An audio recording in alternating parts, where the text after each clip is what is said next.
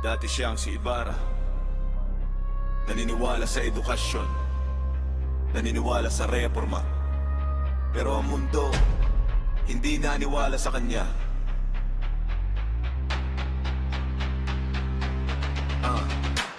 Pinagbintangan, pinagkanulo ang paalalan niyang pangarap. Ginawa ang kasalanan, minahal niya si Maria Clara. Pero pati siya inagaw ng kapalaran. Akala niya kaya ng kabutihan ng sistema, pero ang sistema'y bulok hanggang ugat.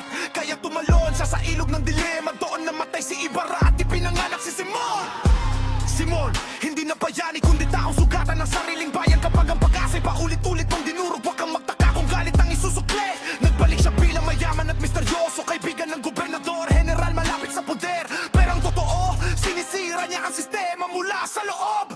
Pinayuhan ng mga nasa taas na gumawa ng maling desisyon para lalong maghirap ang masa. Gusto niyang magisin ang bayan sa sakit sa pamamagitan ng apoy at dugo. Tinulungan niya ang mga estudyante sa Akademya ng Kastila, pero hindi dahil sa pag-asa kundi para ipakita na walang hustisya sa ilalim ng kolonyal na trono. May handog siyang lampara sa kasal, magarang ilaw na puno ng kamatayan. Isang sindi lang at sasabog ang kapangyarihan, kasama ang mga prele, kasama ang mga abusado, kasama ang buong simbolo ng pangapin.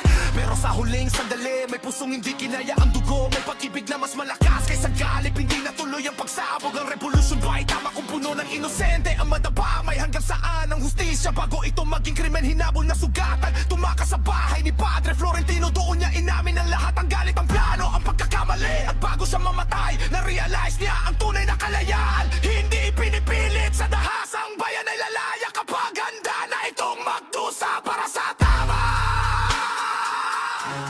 Hindi dahil sa paghihigante,